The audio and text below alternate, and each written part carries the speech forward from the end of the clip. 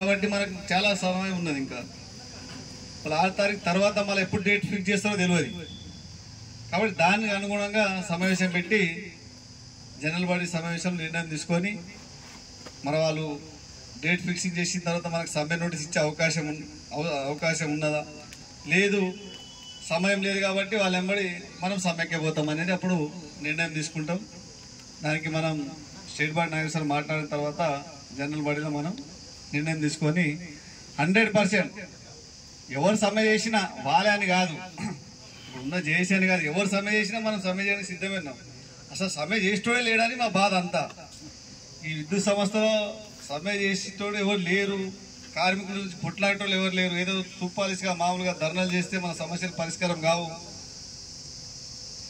RTR కార్మికుల సమస్య పరిష్కారం కావాలంటే పని బంద్ చేసి మనం సమ్మె చేస్తేనే మన సమస్యలు పరిష్కారం అవుతాయి. అట్లా కాకుండా ఒట్టి ధర్నాలు చేసేవో లేకపోతే వేరే విధంగా ఏం చేసినా మన సమస్యలు పరిష్కారం కాబట్టి దాని గురించి పెద్ద మనం ఆలోచించే అవసరం లేదు. 100% మేము